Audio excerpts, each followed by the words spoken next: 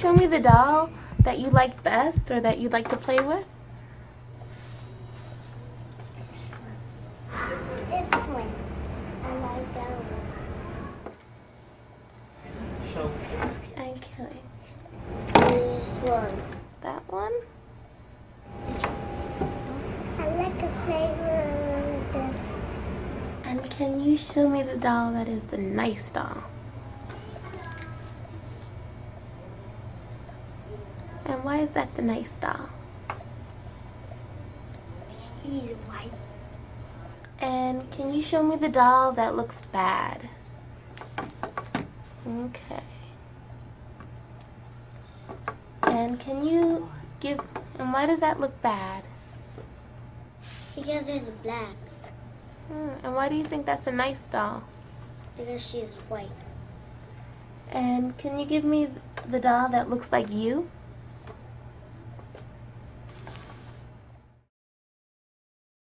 "15 out of the 21 children preferred the white doll."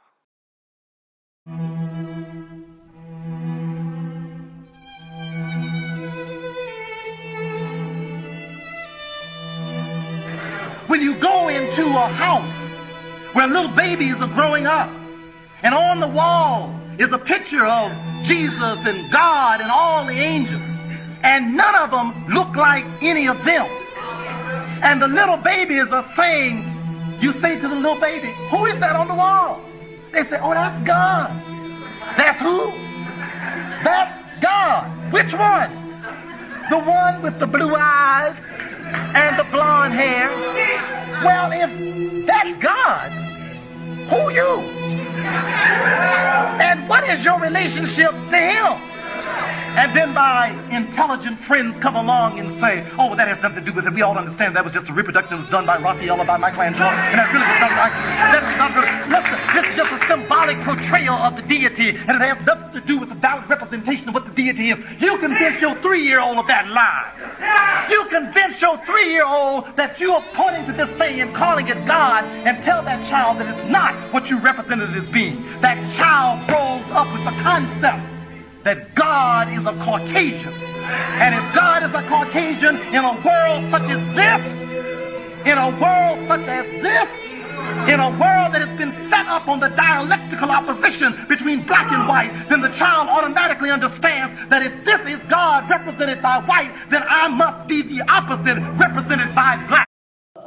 Black children would love the fact that they could put their hands on the hair of a white kid and just say, that's so pretty.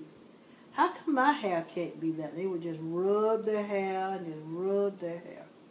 And I just think that was just a way of children getting to know the difference, the likeness and the differences among races.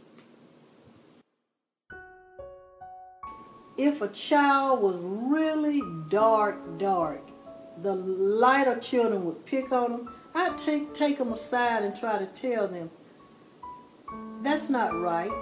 They would make the child cry. You're black, I'm not. I said, all of us are black. Yeah, but look at him. He's real black. I said, black is beautiful. No, it's not. I had a hard time. I don't think I got through to him, but I tried to give him all the clues I could about be proud of who you are. I'm black, but you're not that color. I said, color doesn't matter. They had tried to prove to me that black was ugly. Like the time when I was testing these students. I had a reading class on campus. And we had this experiment with the white, blonde, blue-eyed doll and the black doll with the black hair and brown eyes. Every single black child I tested, I asked them if they had anything in the world that they would want to change. And they said they would change from being black to white. I would always ask them the same over and over. They'd say, because white get a better chance in life. White is beautiful. I said, well, black is beautiful. No, it's not. I could not convince those little black darlings that black was beautiful. I even had a class for gifted kids, and I did a project on Black is Beautiful. And I got a standing ovation. I said, you know, nobody can take away my my dignity and the fact that I'm a black woman, and I'm proud to be black because black is a beautiful color. We have an array of colors, true enough, but black is beautiful. If I had a chance to change, I don't think I'd want to change to be a white person. I wouldn't be who I am if I wanted to change myself into white man. You know, many times when I was teaching, I'd always have a white teaching assistant. They would run to the teaching assistant thinking I was the teaching assistant, and then when they would find out, they'd really turn red. Well, they couldn't answer the question. Well, there's the teacher over there. So they always would run to the white person thinking that I was the assistant and the white person in the room was the teacher. Show me the smart child. And why is she the smart child? Because she is white. Okay. Show me the dumb child. And why is she the dumb child? Because she plays. Well, show me the ugly child. And why is she the ugly child? Because she plays. Show me the good-looking child. And why is she the good-looking child? Because she likes skinny. In other words, their ideas change little from age 5 to 10. Ordinarily, by the time children are older, there's sort of a natural filter, their own ways of thinking sort of aids them in sort of rethinking the extreme stereotypic sort of responses to become less highly biased. That left Professor Spencer wondering what's causing this pattern. She speculates that kids are bombarded by stereotypical messages and that adults in kids' lives have to fight to override the deluge. Who taught you to hate the texture of your hair? Who taught you to hate the color of your skin to such extent that you bleach to get like the white man? Who taught you to hate the shape of your nose and the shape of your lips? Who taught you to hate yourself from the top of your head to the soles of your feet? Who taught you to hate your own kind?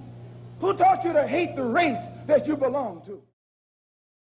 Well, when you call a person a red bone, they're high yellow, almost white.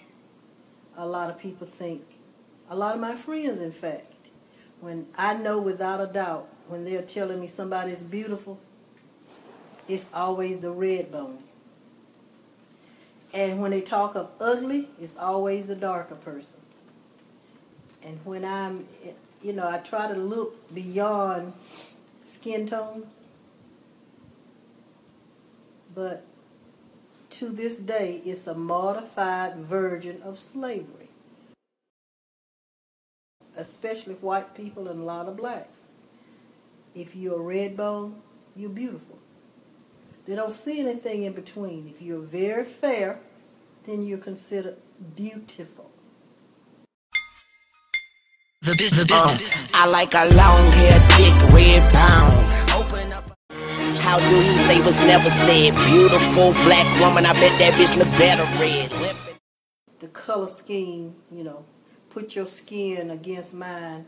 You're ugly, I'm pretty.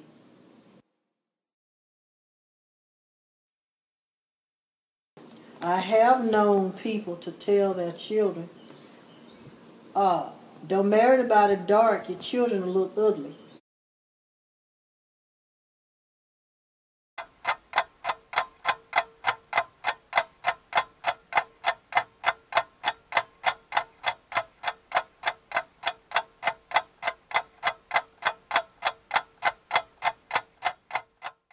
We integrated one of the pediatrician office, and we didn't know when we left Augusta that we were going to be the lone family to integrate a doctor's office. So the people, when we would walk in, a lot of them at the beginning, they would pick up their kids and hold them, and they wouldn't allow their children, when my children would be on the floor playing, waiting for the doctor to see them, they would pick their children up, or sometimes the children would wiggle out, and one little baby put his finger to his face and said, "Nee, nee, nee." And I knew what that meant. They were teaching him young that black meant, a criminal or black meant ugly or nee. He couldn't say nigger, but he said nee. And then he would point out, you know. Some of their friends, when they got on the school bus, their dad had to go and reprimand the children and their parents for calling names. They called them, let's see, welfare niggers, have no business being in our neighborhood, something like that.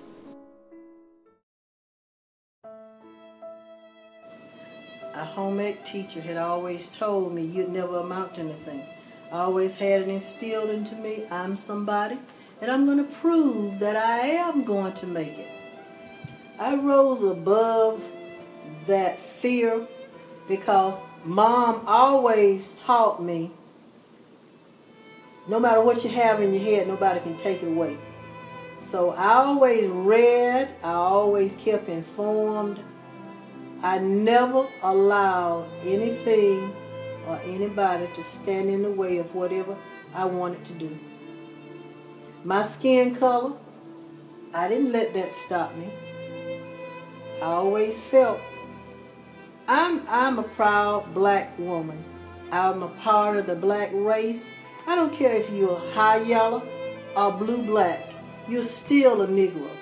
So it didn't bother me about people, what they said. I rose above. I have thought about people touching me or saying other things, but I've matured enough to, if they call me black, I'd laugh. I said, so are you. I got to the point where when people call me out of my name, I could look in their face rather than hit them. I'd look in their face and laugh, because I feel you're the fool or you're the ignorant one. I had to call Savannah State about something, and I had to call the operator with that party line and ask something about Savannah State, and the lady had the gall to say, why do you want to go to college? We need maids. We need people to clean up. So I wish, I'd lived to see the day that you didn't have to encounter color barriers and white and black, like just because you're another race, you're not as smart as the other race. And people look twice or 3 times if you make a better grade than your white counterpart. What they want to know what kind of background you come from. What do your parents do? How can you afford to be so smart? What causes you to be so smart? Some people have a problem with black people being smart or able to do things that the white people can do, or work beside somebody or have a job being in charge of a group of people and you're the black person in charge. Some people still cannot cope.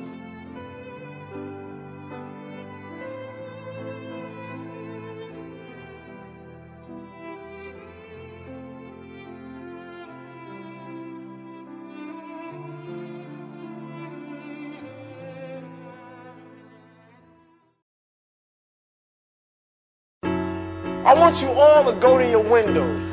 Go to your windows and yell out, scream with all the life that you can muster up inside your bruised, assaulted, and battered bodies. I am sick and tired of being a nigga. Tell the government I don't want to be another nigga. Tell them white folk I don't want to be another nigga. Tell them black folk I don't wanna be another nigga. Tell the world I don't wanna be another nigga. Waiting with my hands out, broke in the hood they give a damn about. Bragging to my homie about the hoes I fuck. Drinking bottles after bottle plus I smoke too much. I never had a job that would pay me well. I took what I could cause they gave me hell. Spend what I stole on some clothes and kicks. My ex-girl say I wanna mount to shit.